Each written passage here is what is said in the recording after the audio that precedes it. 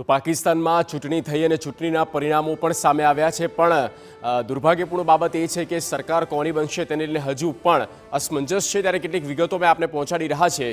Pakistani national એસેમ્બલીમાં કુલ 336 seat છે। આ ચૂંટણીનું ગણિત તમે સમજો, કુલ 336 સીટ પાકિસ્તાની ચૂંટણીમાં છે, જેમાંથી 265 બેઠક પર આ ઇલેક્શન થયું હતું।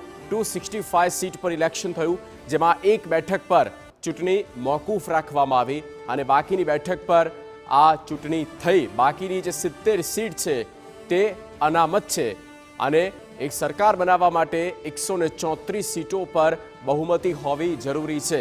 આ બહુમતનો આંકડો 134। પાકિસ્તાનમાં મુખ્યત્વે 3 પાર્ટી વચ્ચે મુકાબલો છે, ઇમરાન ખાન અને નવાઝ શરીફ અને પીપીપી।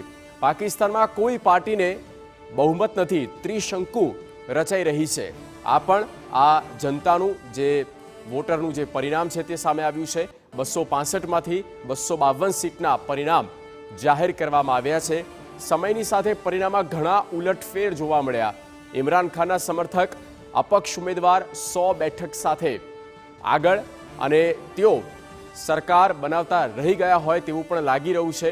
આ ઉપરાંત નવાઝની પાર્ટી 71 બેઠક સાથે બીજા ક્રમાંકે છે।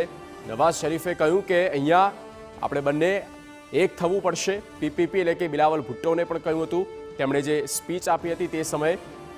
અને પાકિસ્તાન પીપલ્સ પાર્ટી કે જે 54 બેઠક સાથે ત્રીજા ક્રમાંકે અત્યારે પણ તેમનું અલાયન્સ છે।